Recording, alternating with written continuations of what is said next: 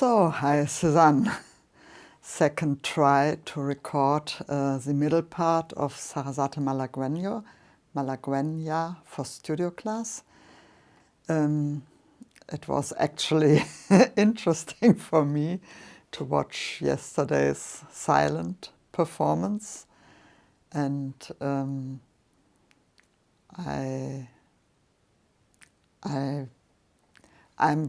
kind of happy that I didn't detect too many like really egregious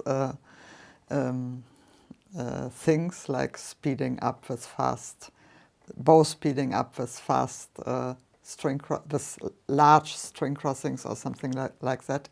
I'm not completely sure about my bow arm. I mean, this has all these legato bowings with string crossings, and might be that my bow arm is a little bit high. I'm not sure. Anyway, but that was good feedback, and you let me know if you notice anything even more serious or confirm what I said. Anyway, yeah, so let me just play through the middle part. It's, I mean, I'm working up to playing through the whole thing. I've mostly practiced the first and the last parts, but yeah, so now I want to tie it all together, and this will be my masterclass piece, right? So, time to get to the finishing stages. Okay, I've also not worked on the middle part with Daniel for some time, but we are back on track now that the Vivaldi is mostly done, to also talk about it in lesson. Okay, so yeah, the other thing you noticed last time, I'm doing the pizzas with the middle finger on Daniel's suggestion. So he actually wanted me to have both fingers out and, I don't know, have them both participate.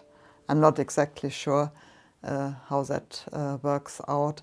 And I'm also not sure about why he wanted to do that. I just followed his instructions. So maybe that will change again. So.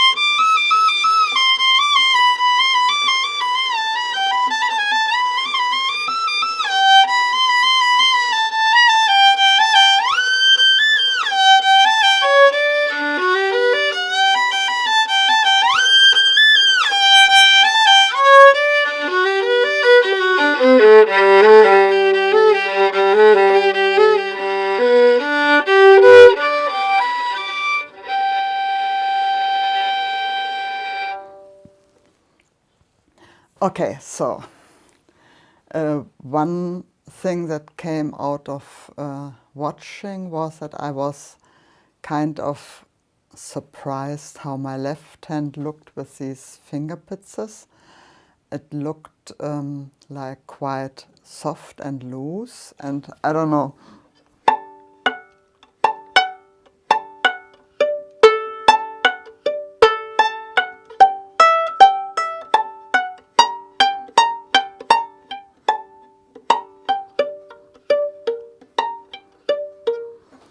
I don't know if that is a good thing or not. This time, this pitch passage was not as clear as I have played it before, so it's certainly also not really like very solidly practiced. Yeah, so then these chords I really have to practice those separately, and yeah, they have not gotten a lot of love so far. So then these there is this section called Tempo 1, Grazioso. So that is something that the whole musicality thing and what kind of spirit I want to give that part. I have not really thought about it, so I'm more at the state, shamefully as that might be to admit, of looking that I can play the notes. But anyway, that will be certainly on the table very soon, and maybe I should have done something about that before, but yeah, I haven't. So then the harmonics, I think they are better, and then the main thing, these 30-second long slurs with string crossings. So Daniel has told me to, like, I don't know if that's even visible,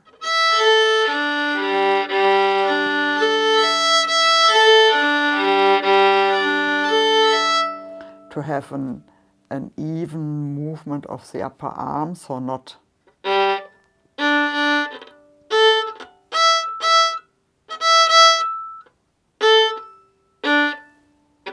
this staircase kind of movement, but to have this smoother, and then of course something has to compensate.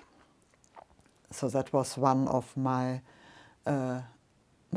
goals practicing this. Also, I think, of course, evenness and intonation.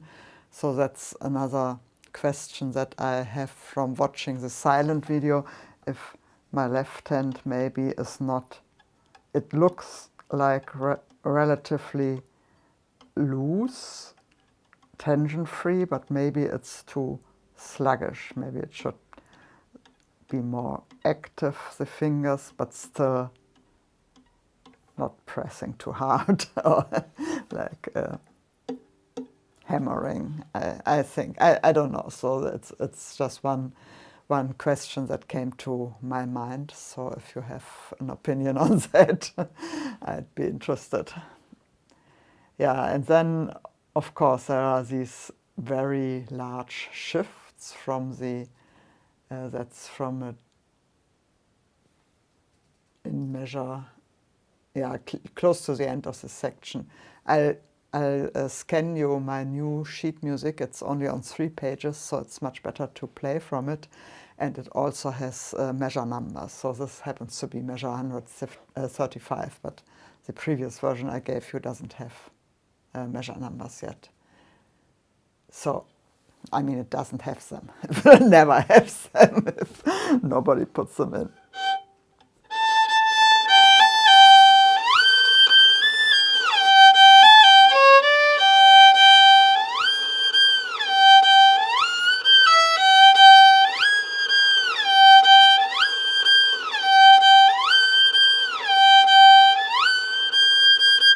So that's a GG octave, and I didn't play that very well, but when I practice it, also on Daniel's suggestion, I've tried to make a very, very rapid shift and kind of, particularly when going down,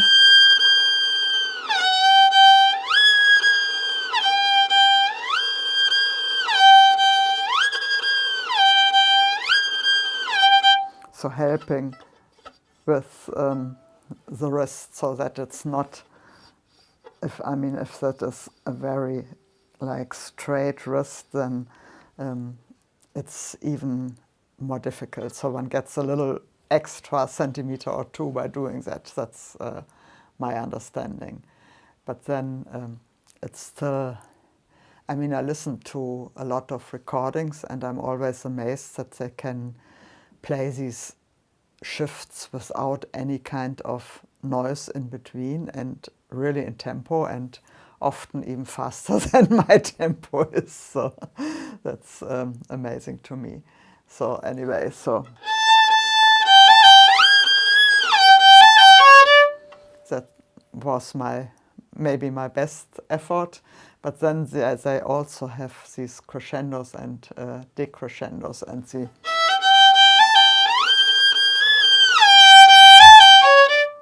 that's where the crescendo and decrescendo are placed, and I wonder how to execute them. So my current thinking, if I can like coordinate that at all, is to do that with bow speed, like da da da da da da da da da da da da da, play into that and then get out of it.